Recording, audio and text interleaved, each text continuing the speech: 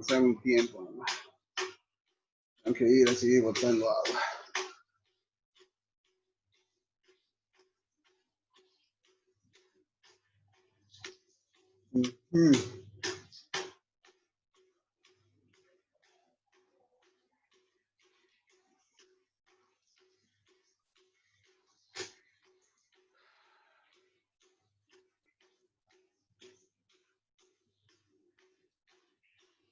Bien, vamos a entrar a la unidad 5. Voy a dejar el tema 4, que es sobre paradores, porque ya los tengo traumados con la anterior unidad. Este es más sencillo, de tal manera de que salgamos del estrés tanto ustedes como yo, como fue en el anterior tema. Conscientemente vamos a ver la importancia que tiene la destilación. Y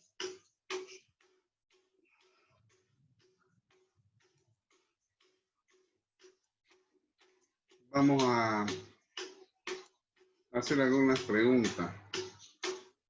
Fiorella, ¿qué es para usted la destilación?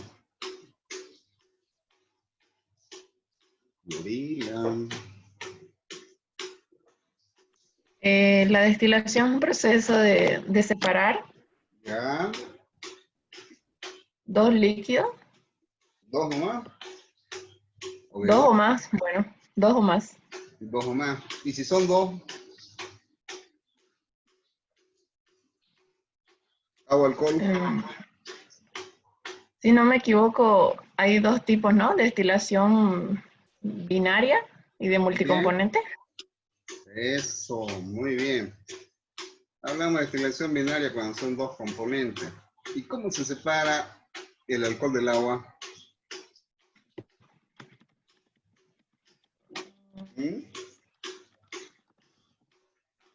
¿Cómo es el proceso de separación del alcohol del agua?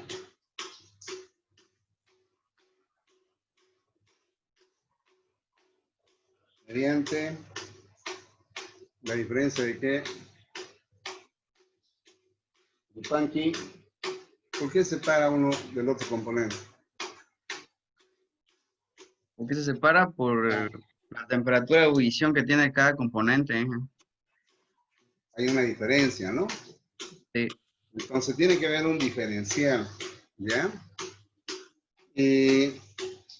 ¿Cuál es la importancia de este proceso de destilación? Por ejemplo, en la industria petrolera.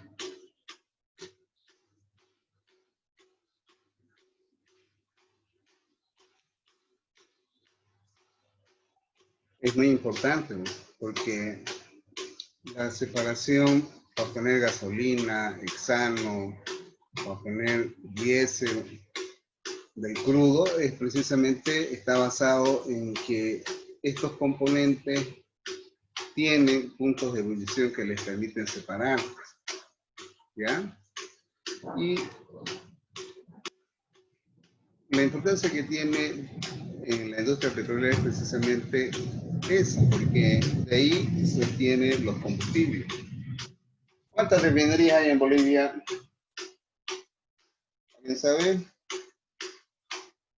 ¿Qué se llama?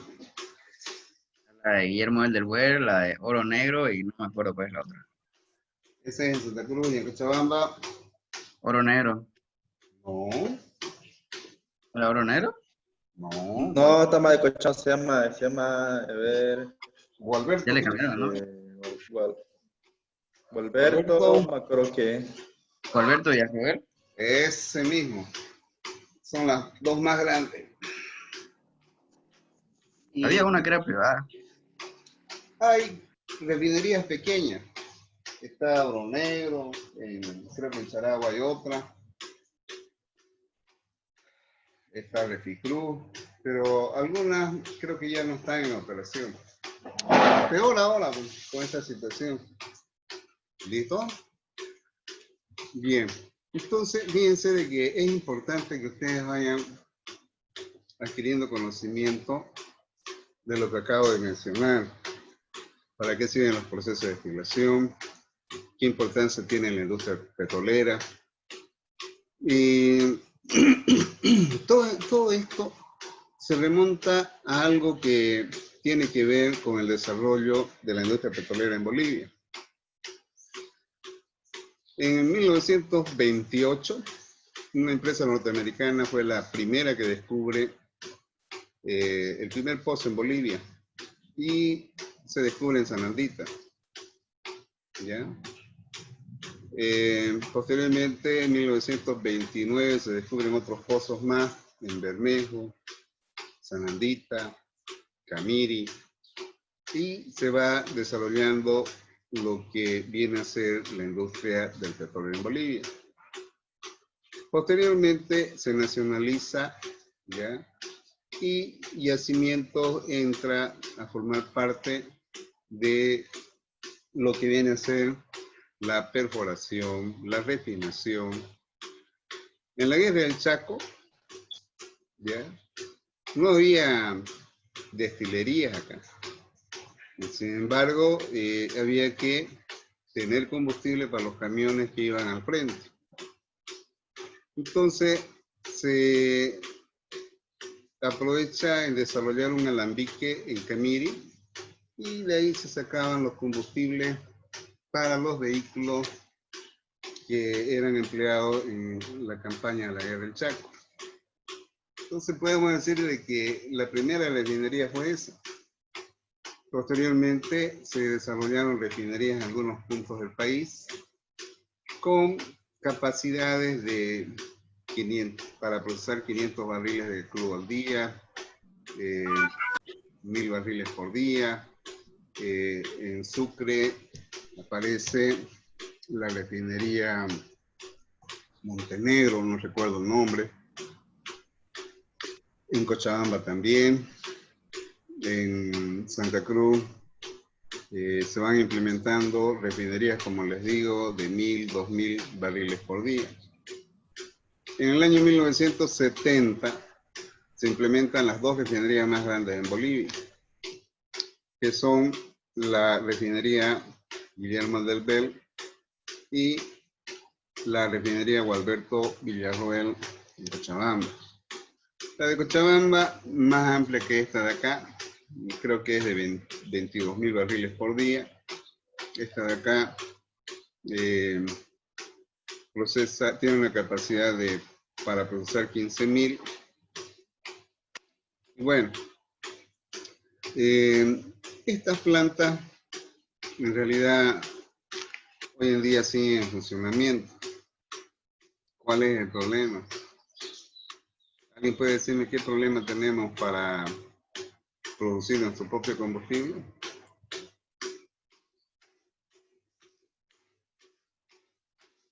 Nada. Dije, disculpe, no le escuché bien qué dijo. ¿Cuál es el problema que tenemos para procesar nuestro propio combustible si tenemos estas dos refinerías? Un ratín, me hace frío.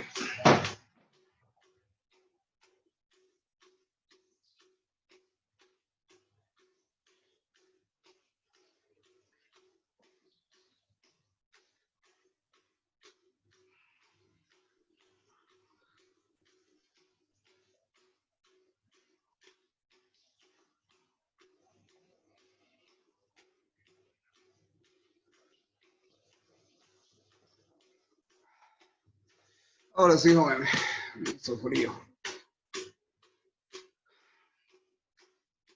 Bueno, jóvenes, una de las cosas es que estudiemos, aprendamos los procesos, aprendamos ingeniería, pero fundamentalmente es importante conocer que tenemos problemas muy serios y no es de ahora, es de hace muchos años.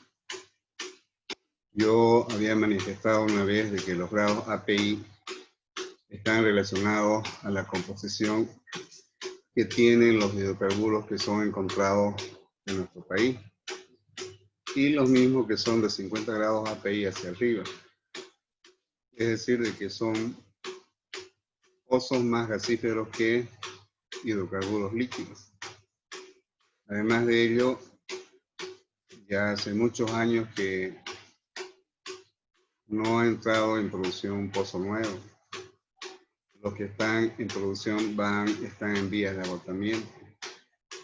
Entonces, lógicamente, de que para procesar nuestro propio combustible tenemos que tener petróleo que, de acuerdo a sus grados API, puedan ser destilados para obtener los componentes que se requiere para el parque automotor. Estas dos plantas, la Guillermo Delbel, que lleva el nombre de un ingeniero que creo que hace 5 o 10 años recién falleció, precisamente es la que está situada en Palmasola. La que está en Cochabamba, que tiene mayor capacidad, es para procesar y obtener grasas y aceite, no solamente combustible. Bueno, entonces el problema principal que tenemos es el abastecimiento de materia prima a estas dos refinerías, de las cuales parte es de los pozos que se trae de acá, muy poco, y bueno, tiene que venir la materia prima de otro lado. Entonces es muy grave este problema. Les decía que la destilación es una separación de los componentes que tiene una mezcla o una solución. Entonces, en este caso, acá nosotros vemos varias torres. Vemos acá un horno. Todas estas son torres. ¿Ya? En estas torres es donde se da el proceso de separación de los multicomponentes. Lógicamente que el crudo que es almacenado en estas plantas son tanques de techo flotante. Y esto implica de que el crudo que se almacena ahí y que va a entrar al proceso de destilación tienen un techo que permite las variaciones que puedan darse en función a la temperatura. Si hace calor, hay una dilatación, consiguientemente aumenta el volumen. Y estos techos permiten esas fluctuaciones que pueda tener el crudo que es almacenado en los mismos. ¿Ya? Entonces, el crudo de esos tanques se bombea a la torre principal. Y esta refinería voy a entrar a describir el proceso de destilación de esta refinería, en la cual el crudo se bombea hacia la torre principal de la unidad de crudo. Aquí tiene 2 o 3 unidades. Tiene la unidad de recuperación, tiene la unidad de hidrobomb platforming. Y últimamente ha habido una ampliación, no sé en qué área, que fue efectuada ya hace unos 3 o 4 años atrás. ¿Ya? Bien, vamos a ver esta refinería que está situada acá en Palmasola. ¿Ya? Estos son los productos que se obtienen. ¿Ya? Diésel, queroseno, jet fuel, gasolina y gas licuado de petróleo, que es aquel que se comercializa en las garrafas. ¿Ya? Ahora, ¿alguien podría decirme cuál es la variación que tiene el gas licuado con el gas natural? La Fiorella. El gas licuado es un derivado del petróleo, ingeniero. Y el gas natural. Bueno, son depósitos naturales que hay, ¿no? Está dentro de los reservorios, ¿no? Sí, exactamente. De tal manera de que varía en composición. Ambos tienen metano, etano, propano, butano y algo de pentano, pero el gas natural más prevalece el metano. ¿Ya? Y aquí en el gas licuado, si no me equivoco, el que prevalece es el propano. Entonces, en función a ello, desde que hasta el contenido calorífico de uno y el otro difiere. ¿Listo? Bien. Aquí ustedes pueden ver la unidad de crudo, donde la torre más larga es la torre T1001 que tiene esta refinería, en la cual el crudo ingresa a un plato, ya estoy usando un término que está referido a la estructura que tienen las torres de destilación. Entonces entra un plato y ese plato es conocido como plato de alimentación. ¿Ya? Posteriormente, bueno, parece que me equivoqué. Me equivoqué en el siguiente aspecto. Esta es la torre T1001. ¿Ya? De tal manera que esta torre T1001 es aquella donde entra el crudo, se producen las separaciones, hay cortes que salen, esto se llama stripper. Stripper no es el stripper que conocen ustedes y que dan su shock por ahí. De todas maneras, el stripper viene a ser unidades de separación de ciertas corrientes que salen en algunos platos de la torre de destilación. Entonces, es aquí, por ejemplo, en la parte superior, los hidrocarburos entran a una torre, a un plato de alimentación, se separan, los más livianos van hacia arriba, como ser metano, etano, propano, butano. Por aquí se puede recuperar desde butano, pentano, hexano, ya es un destilado liviano, acá un destilado medio y acá viene a ser un destilado pesado. Esto significa de que en función a la composición de estos cortes que salen acá, es que se puede obtener gasolina o diésel también. ¿Ya? Los componentes más pesados, arriba de átomos de carbono 10 hacia arriba, de decano hacia arriba, son destilados pesados que salen por el fondo de esta torre. ¿Listo? Entonces, esa es la forma en que opera esta torre T1001.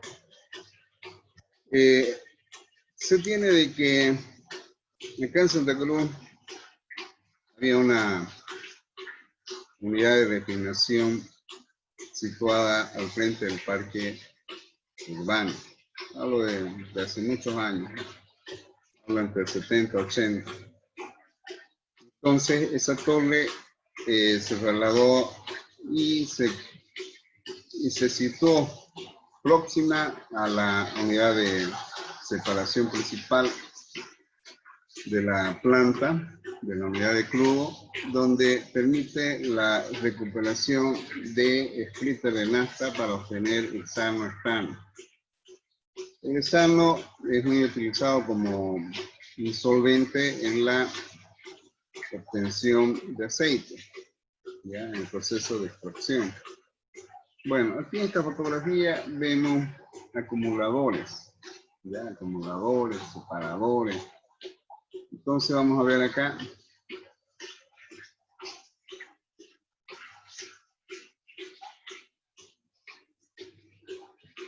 Vamos a ver el tipo de operación que se da en esta planta.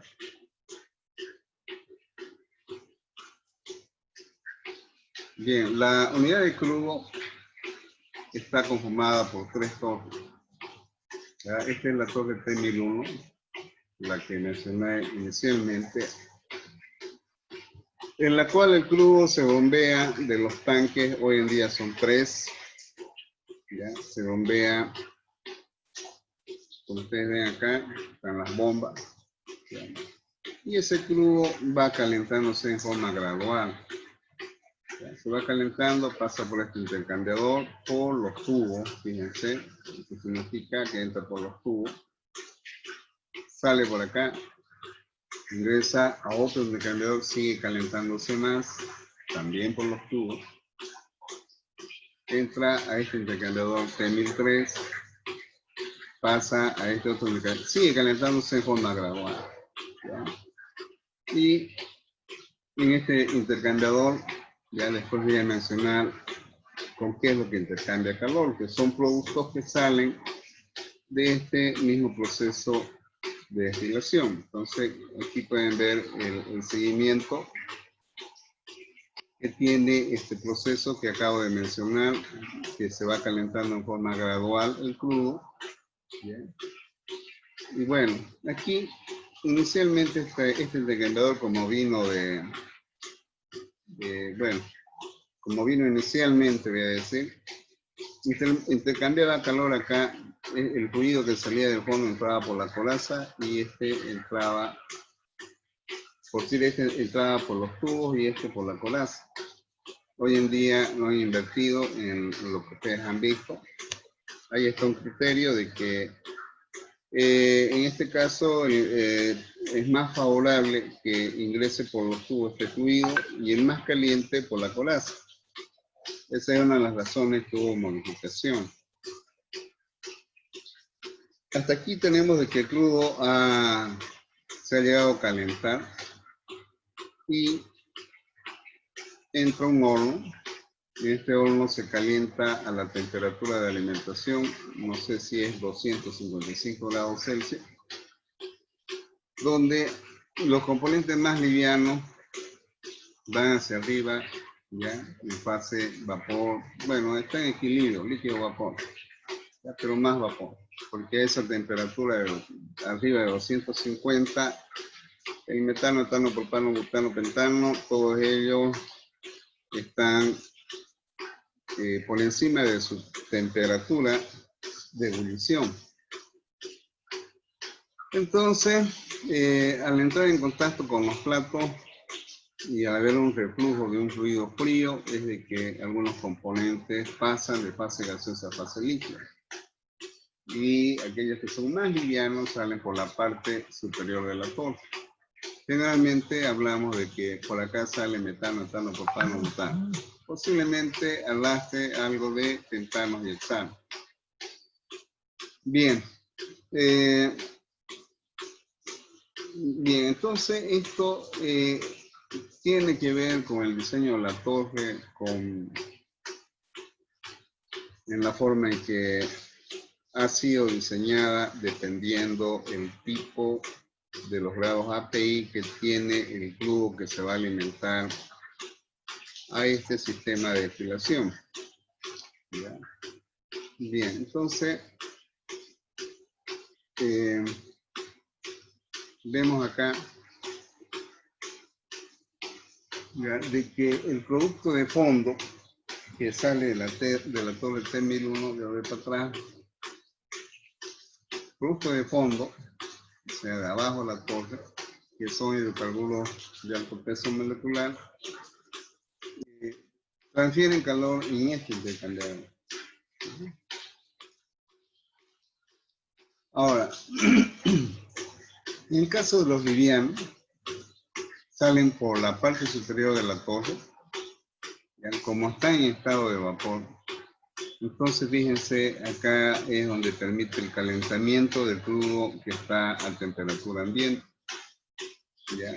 ¿Y qué es lo que pasa con estos componentes que salen de cabeza de torre? Se van enfriando, algunos que están en fase vapor, posiblemente algunos logren condensarse o una fracción. ¿Ya? Pasa a un aeroenfriador. En ese aeroenfriador se logra una condensación.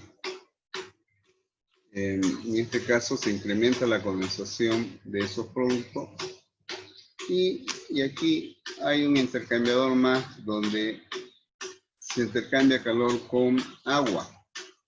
¿Ya? El fluido caliente entra por la coraza y el agua por los tubos y va hacia un acumulador, que es lo que les mostré hace rato en una segunda fotografía. Eso tiene la forma de una bota porque tiene en acompañamiento moléculas de agua. Entonces el agua, de más pesada, de mayor densidad, se acumula y se purga. ¿Ya? Lógicamente que algo de hidrocarburos va a perder y esto se manda a una pileta API. Bien, los hidrocarburos líquidos son bombeados mediante esta bomba a otro separador. ¿Ya? En este separador se tiene de que los hidrocarburos metano, etano, propano, butano, pentano y algo de hexano, ¿ya? Pasan y se enfrían, o por si se calientan, no se enfrían, se calientan. Y este intercambiador que permite, esta es la debutanizadora, que permite la separación